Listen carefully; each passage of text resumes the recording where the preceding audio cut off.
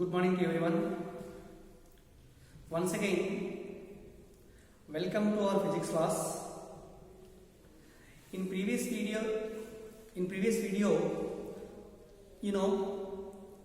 types of semiconductors, intrinsic and extrinsic semiconductors. Before that, on the basis of band theory of solids, materials are classified into three types. They are called conductors, insulators and semiconductors. In case of conductors, valency band and conduction band both are overlapped together. Without giving any energy, valence electrons can easily jump into the conduction bands. That means electrical conduction is possible through the materials without any external energy. So those type of materials are called as the conductors. Examples: all metals. Next one, suppose if the valency band and conduction band both are separated by a large energy gap, approximately 10 electron volts. In that situation, valency band is completely filled with the electron, but no single valency electron can jump across the forbidden energy gap and enters into the conduction band. So, suppose an electron will jump into the conduction band, amount of energy given to the electron is equivalent to 10 electron volts, which is not possible for ordinary methods. Right? That's why conduction band is always empty. That means there is no free electron inside the material. There is no free electron means electrical conduction is not possible or current conduction is not possible. The type of materials are said to be insulators. Right? Next again, suppose if the valency band and conduction band are separated by a narrow gap. In case of conductors, they are overlapped together, but in case of insulators, they are far away from each other. But in case of certain materials, valency band and conduction band are separated by a narrow forbidden energy gap. They are said to be semiconductors. Approximately, forbidden energy gap in case of semiconductor is 1 electron volt. 1 electron volt. So at 0 Kelvin, valency band is completely filled with the electron and conduction band is empty. That means no single free electron and there is no current flowing through the material. That means at 0 Kelvin, semiconductor behaves like the insulator. At room temperature means at 27 degrees C. 27 degrees C means 300 kelvins. At room temperature means the material should be heats of certain amount of In that situation, some of the electrons may absorb thermal energy. They excited into the conduction band. In that situation, there are some free electrons in the conduction band. That's why electrical conduction is possible through the semiconductors. That means at certain temperatures, semiconductor behaves like the insulator. At some other room temperatures, it will behave like the conductors. So then the type of materials are called as the semiconductors. In general, semiconductors examples, all the fourth group elements are the best examples for the semiconductors. Silicon and germanium. Again, semiconductors are of two types. In previous class, I will explain types of semiconductors. Semiconductors are classified into two types. First one, intrinsic or pure semiconductors. Second one, extrinsic or impure semiconductors. What is meant by intrinsic semiconductors or pure semiconductors? The pure form of semiconductors is known as the intrinsic semiconductors. Examples: silicon, germanium, etc. All the four group elements are the examples for intrinsic or pure semiconductors.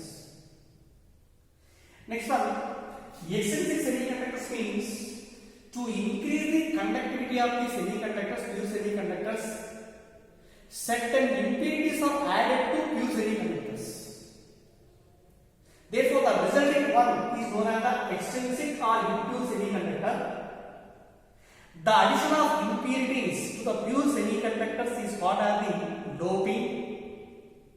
Okay, the process of addition of impurities to the pure semiconductors is called as the doping. So now here, this depending on the nature of the doping material, extrinsic semiconductors are also classified into two types. They are called, first one N-type semiconductor, second one P-type semiconductor. N-type and P-type semiconductors. So first one, what is meant by N-type semiconductors and what is meant by P-type semiconductors? I will explain it clearly. First one, N-type semiconductor.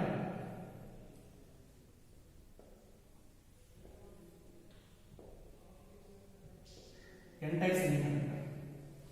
Clearly observe the N-type semiconductor. And what is N-type semiconductor? It is a part of extrinsic semiconductor. What is extrinsic semiconductor? Some impurities are added to semiconductors. It will convert into extrinsic semiconductors. Depends on the nature of doping material. It is of two types, N-type and P-type. Suppose here a pentavalent impurity is doped with pure semiconductors. Pentavalent impurity means that is having 5 valence electrons. Pentavalent. So a pentavalent impurity is doped with the pure semiconductor. It will convert into N-type semiconductor. Or suppose if a trivalent impurity is doped with the pure semiconductor, it converts into a P-type semiconductor. How? Let here, suppose we will take one example of pentavalent impurity. Suppose antimony is the pentavalent impurity. Antimony. How many number of valence electrons are there in case of antimony? Pentavalent means all the fifth group elements. Note this point. Suppose if a fifth group element is added to pure semiconductor, what will it mean? It will convert into N-type. A third group element is added to pure semiconductor, converts into P-type impurity. Suppose antimony is the fifth group element, pentavalent impurity. Pentavalent means in the outermost orbits there are 5 valence electrons. 4 and this is a single pentavalent atom is doped into the pure semiconductor. Pure semiconductor like silicon. Around the antimony there are number of silicon atoms. Suppose here this is the silicon, and so on. Silicon is the fourth group element. You know how many electrons are there in the valence chain? 4 electrons. Suppose it is 4 electrons. Here, these are the 4 valence electrons around the silicon. One antimony atom is doped into the silicon such that, therefore, here this electron and this electron, these two form the covalent bond. Here again, the covalent bond is formed. Ikkada covalent bond formed. Ikkada covalent bond. Now, how many electrons are there in the valence state of antimony here? 8 electrons. It is in the same state. But here, there is one free electron remaining which cannot form the covalent bond with the silicon atoms. So, this is simply a free electron. Free electron. Free electron means maybe it is having some nucleus attraction with the antimony. But it cannot be involved in the covalent bond with the silicon atoms. That means there is one excess free electron is there. One atom of antimony is doped into the silicon, one free electron is produced. Two atoms of antimony is doped into the silicon, two free electrons are produced. Certain amount of, suppose 1 mole of antimony or pentavalent impurity is doped with the silicon. 1 mole means how many number of atoms? Avogadro number. Avogadro number means a approximately 10 power 23 atoms. So 1 mole of antimony is doped into the silicon. There are 10 to the power 23 free electrons are produced. Right? 23 number of free electrons are there. So here one free electron means it is having electron is having negative charge. So the resulting crystal there are so many number of free electrons, that's why it is having a negative charge type semiconductor. So this is called as the n-type semiconductor. Now the energy level diagram corresponding to the n-type semiconductor that can be written as, see here, energy level diagram. This is the valence band,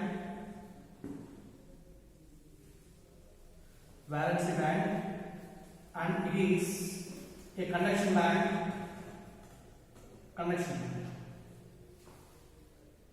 At 0 Kelvin also there are free electrons. There are number of free electrons inside the n-type semiconductor. Number of free electrons means free electrons lying in which band? Conduction band. So these are the supposed number of free electrons. But initially valency band is completely filled with the electron. So these are the number of valence electrons. These excess electrons lying in the conduction band. No? Right. Suppose if in this situation some amount of energy is given to valence electrons. What happens? Suppose this single electron absorbs some amount of energy, it will jumps into the conduction band. At that point there is a positive charge hole is produced. Some more amount of energy is given to the valence band. Here also the second electron jumps into the conduction band, and here also there is a positive charge hole is formed. Suppose here kuda third electron is also jumps into the conduction band, right? Here how many number of this example, how many number of holes are produced in VD? 3. Number of electrons in conduction band is 1, 2, 3, 4, 5, 6, 7, 8. That means total number of free electrons in the conduction band should be more than the positive charge holes produced in valence band. So the average energy of free electrons in the conduction band and positive charge holes in the valence band is represented by a single line between C and Vp, which is called as the Fermi energy level. Right? Here, where is the Fermi energy level here? Number of free electrons should be more in conduction band means Fermi energy level will be very near to it is very near to conduction band. Remember this point, very important. So this is Fermi energy level. Why the Fermi energy level is near to conduction band means because the number of free electrons in the conduction band should be more than the number of the positive charge holes in valence band. Right now? Okay. Here, in case of n-type semiconductor, one antimony atom is doped into the pure silicon, it will produce a free electron. So my dear students, it is observed, free electron means it is not completely free from the nucleus attraction from the antimony. Its free electron means it is an electron which cannot involve with the covalent bonds with the silicon atoms. Still, it is having some nuclear attraction with the parent nuclide. So, దీని free electron గా మార్చాలి అంటే దీనికి ఒక energy ఇవ్వాలి. Balance state లో ఉంటుంది కాబట్టి a little amount of energy will be given to the electron so that it will completely free from the nucleus attraction of antimony. Suppose here 1, 2, 3, 4, 5, there are 5 valence electrons. Okay? So these 5 valence electrons means this electron is ready to give for the further covalent bond or for the electrical conduction in this resulting material. It is ready to give an electron. That's why it is also said to be a donor impurity or donor material. Donors. It will donate one more electron into the electrical conduction. That's why it is called as the donor. Therefore, this is one donor electron, donor, it is donor, it is donor, it is donor. Average energy of these electrons will also be represented by a single line which is called as the donor energy level. Donor energy level. But remember that donor energy level is also near to conduction band. Fermi energy level is also near to conduction band. But Fermi energy level lies in between donor energy level and conduction band. Why? Because Fermi energy level means the average energy of electrons in the conduction band and holes in the valence band. Here there are 8 electrons. That's why it will be very near to conduction band. Donor electrons only 4 or 5 is there. Therefore, its energy will be like this. Donor energy electrons. Okay now? The donor energy level or Fermi energy level. Whatever it may be, the donor energy level or Fermi energy level in case of it is n-type semiconductor, it is just near to conduction band. Just near to conduction band. So this is the explanation about the n-type semiconductor. Next one, how will you produce a p-type semiconductor? P-type semiconductor, right? A pentavalent pigment is doped with the pure silicon. It converts into n-type semiconductor. Otherwise, a trivalent pigment is doped with the pure semiconductor. It will convert into a p-type semiconductor. Trivalent means how many number of valence electrons in the valence system? There are only 3. There are only 3. Suppose here it is an aluminum. Number of electrons around the aluminum is equal to 3. There are 3 electrons. Suppose this aluminum is doped into the pure semiconductor like silicon. Silicon. Now, around the silicon there are 4 free electrons, 4 valence electrons.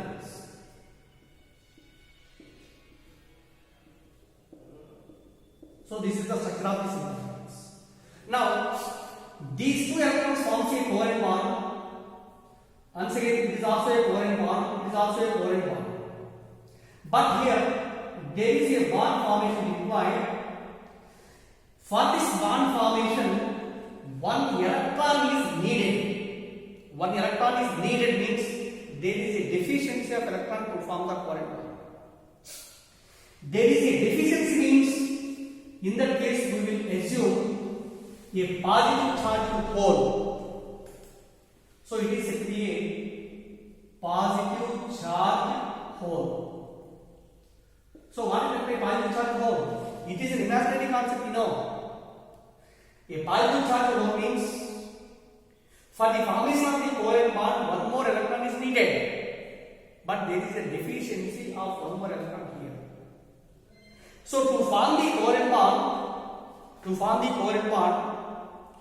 1 electron may be accepted from external base. That's why it is said to be acceptor material. N-type means donor material. It is called as the acceptor material. So here 1 positive charged hole is produced when 1 aluminum trivalent atom is doped with the pure semiconductor. 1 mole of trivalent pigment is doped with the pure semiconductor. Nearly 10 to the power 23 positive charged holes are produced. 23 positive charged holes are produced means number of charge carriers is equal to positive charged holes. That's why the resulting crystal is called as the positive type semiconductor or p-type semiconductor. Also, the energy level diagram corresponding to p-type semiconductor can be given as, suppose it is a conduction band and this is a valence band. Initially, there are so many number of positive charged holes in the conduction band, you know. These are the number of positive charged holes in conduction band. And again, valence band is completely filled with the electrons.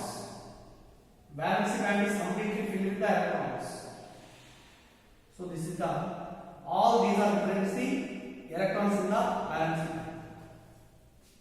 Right? Suppose if some energy is given to the electrons in valence band, in this case, first electron jumps into the conduction band so that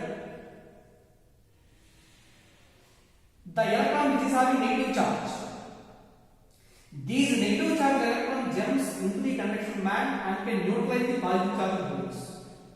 This can be neutralized. But at the place of electron, there is a positive charge hole is generated inside the valence band. Second electron is also jumps into the conduction band and can neutralize the one more positive charge hole by leaving one more positive charge hole in the valence band.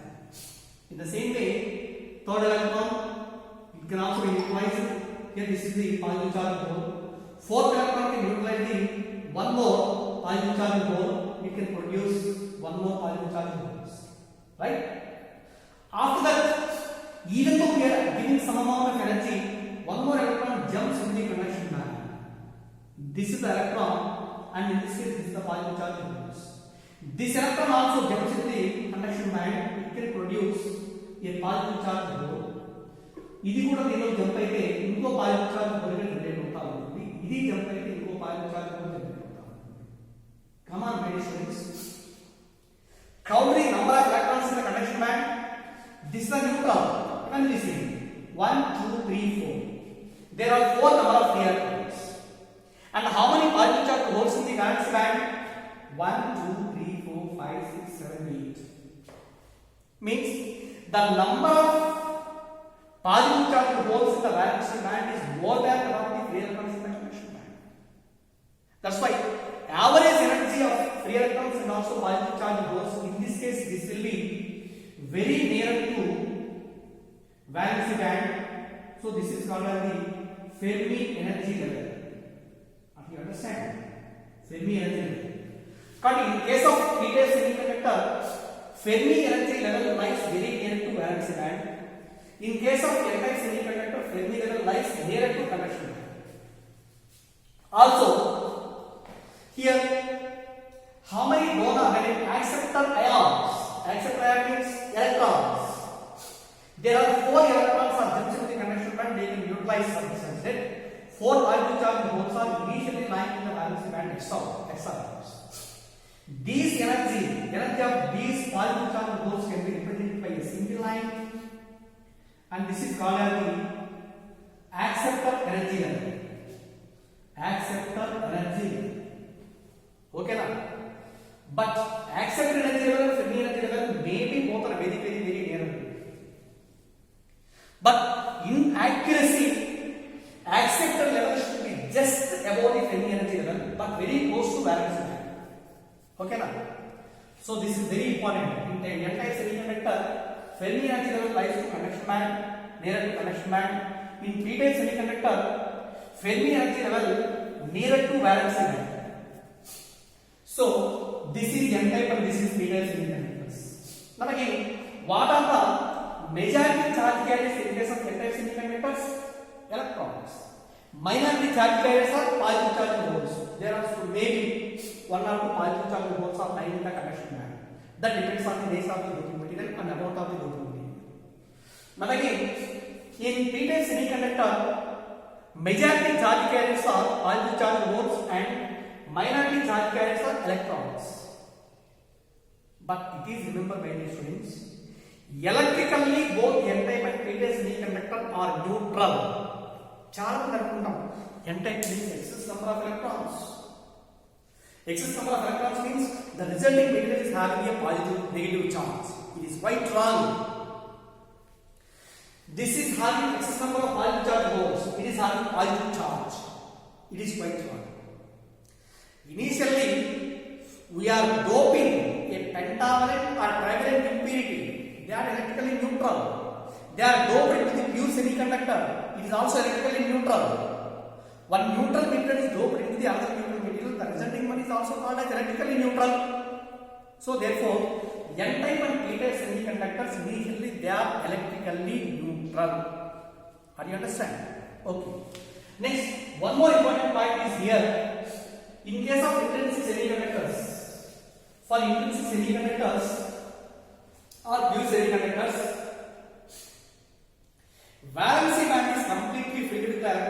are partially filled with the electrons. Conduction band is empty now.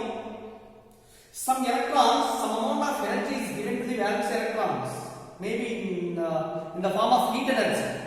The electrons coming from the valence band are also called as the thermal electrons. Thermal electrons produce Ne is equal to C into T power 3 by 2 into E power minus Eg by 2 kT. Remember this formula, but derivation for this formula is not necessary for us. Number of electrons produced in the intrinsic semiconductors due to thermal excitation is given by C into T power 3 by 2 into E power minus Eg by 2 kT. Here C is equal to constant, capital T is equal to temperature of the material in kelvins, Eg is equal to energy gap between valence band and conduction band, K is equal to Boltzmann constant. So from this formula there are 2 or 3 problems in our material also. Ne is equal to C into T power 3 by 2 into E power minus Eg by 2 kT. Remember this formula, my dear students. Right, my dear students. Now let us explain what is meant by a PN junction diode, how the PN junction diode is formed, and there are so many applications or so many uses in the PN junction diode. In general, PN junction diodes are used in the rectifiers. Rectifier means it is a device used to convert alternating current into direct current. Okay, now same PN junction diodes are also used in the transistors. Again, you know, transistor is a device which converts a weak signal into, strong signal by passing from low resistance path to high resistance path. It is a transistor. And how the transistor will be used as the amplifiers, and all the electrical circuits, they will be based only on PN junction diode. Very, very, very important. First one, how the PN junction diode is formed here. Now, suppose a p-type material is joined with n-type material side by side. Suppose here on this left of this material is called as p-type semiconductor. Towards right it is called as n-type semiconductor. So a p-type semiconductor and n-type semiconductor, they are attached side by side to form a PN junction. Junction means the separation or the region which separates p-type and n-type is known as the junction. Again, you know, p-type semiconductor is having large number of positive charge holes and n-type semiconductor is having more number of electrons. Positive charge holes are represented by circles. This is the p-type semiconductor. And n-type material is having negative charge electrons. These are the negative charge electrons. Right? This p-type and n-type material, they are joined side by side such that PN, this is a junction is formed in between p-type and n-type material. Okay? Here, it is a negative charge particle electron. It is a positive charge hole. According to Coulomb's law, negative charge electron is attracted towards the positive charge hole because they are having unlike charges. So that's why this negative charge electrons can move or cross the junction and also recombine with the electron. Recombine with the positive charge electrons. This electron is also crosses the junction and also recombine with the holes. It is also similar. That's why the electrons very near to the junction, they cross the junction and recombine with the positive charge holes in p-type semiconductor. Right? That's why a neutral region is formed in between p-type and n-type materials. So sorry, here p-type semiconductor contains majority number of positive charge holes and also there are minority number of electrons also. In n-type semiconductor, it is having more number of electrons and minimum number of positive charge particles. When the electrons cross over the junction become between the positive charge poles, it becomes a neutral region. Therefore, here the process of motion of electrons from n-type to p-type by itself, they cause the electric current, and this current is known as the diffusion current. Diffusion means the higher level, most of these electrons are lying in the n-type semiconductors. These most of the electrons lying in a small region, they will diffuse from n to p side. Means they are moving from n to p side. This process is called as the diffusion, and the current corresponding to this charge carriers is known as the diffusion current. So after some time, this PN junction diode, this is the p-type and this is the n-type material. In between and p-type and n-type material, there is a chargeless region is formed. Are you understand? Some electrons are moving from n-type to p-side. This becomes a neutral region. Maybe some of the electrons may also moving through this side, and this neutral region thickness will be increases gradually. So up to certain thickness, this neutral region increases. Again, this neutral region will be act as a resistance for the further flow of charge carriers. Here, these are the electrons and these are the positive charge particles. Suppose if the resistance between p-type and n-type semiconductors increases up to certain limit, then there is no flow of charge carriers from n-type to p-side or p-side to n-side. Therefore, this chargeless region between p-type and n-type semiconductors is called as the depletion layer. It is called as depletion layer. Now, here one electron crossover from n to p. Electron crossover means at this point there becomes a positive charge ion. This becomes a positive charge ion. Alani, second electron is also moving from this point to this point. This becomes positive.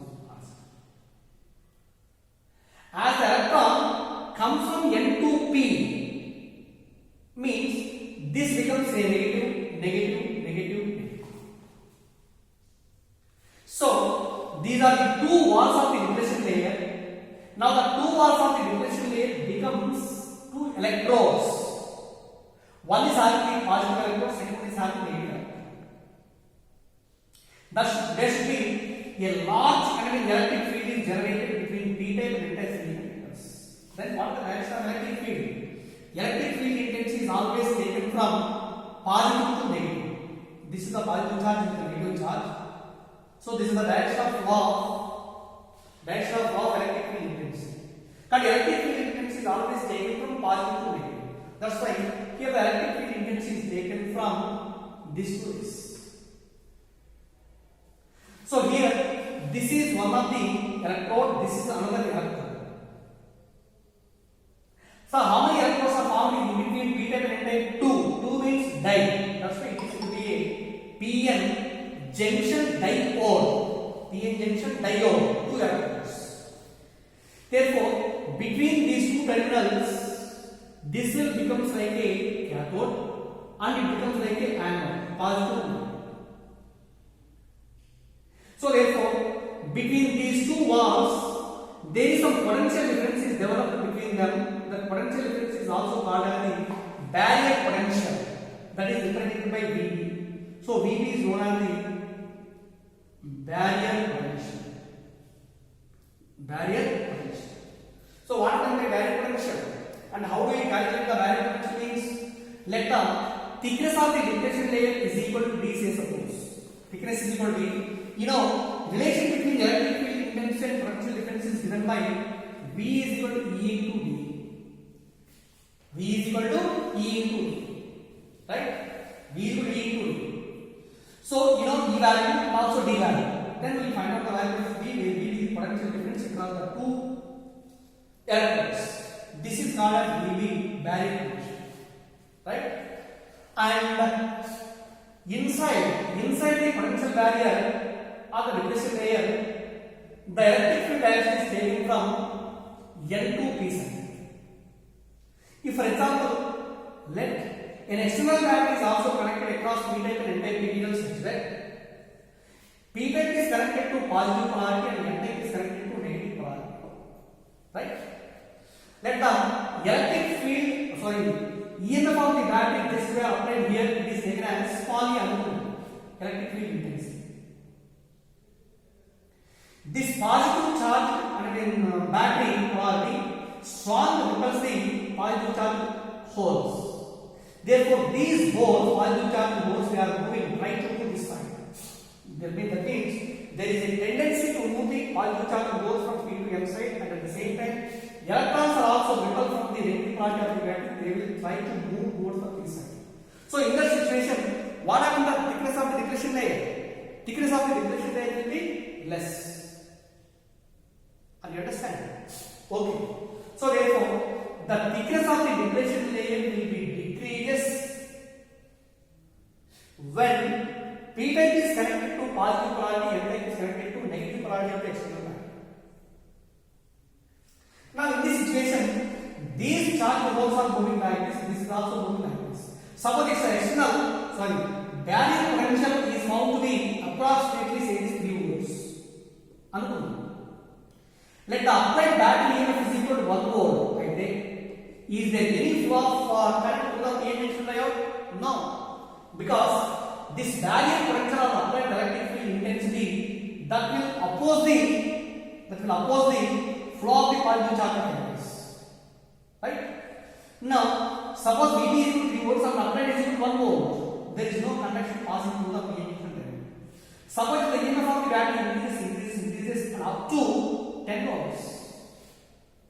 Then there is a current passing through the PN junction diode. The value of current passing through the diode I is according to Ohm's law, I equal to V by R, net EMF by total resistance. Net EMF in this case is equal to E minus VB by small r, then RF. What is E? 10 volts EMF of the external battery. VB is equal to barrier potential is equal to 3 volts. When the applied EMF cross the barrier potential, then only current conduction is possible. When RF is equal to resistance of the diode in the situation. And formula of the current through the diode I is equal to E minus VB by RF. So now my dear students, this is the formation of the PN junction diode, and in the next class I will explain what is meant by forward bias, reverse bias, and what are the VA characteristics of the PN junction diode. Thank you. In the present week syllabus, up to PN junction diode. In semiconductors, up to PN junction diode. But most of the problems in case of semiconductors, they are very theoretical bits. Remember this point. Up to PN junction diode, present week syllabus up to PN junction diode in semiconductor devices, and also in nuclei complete chapter from starting to ending. Remember that. Thank you.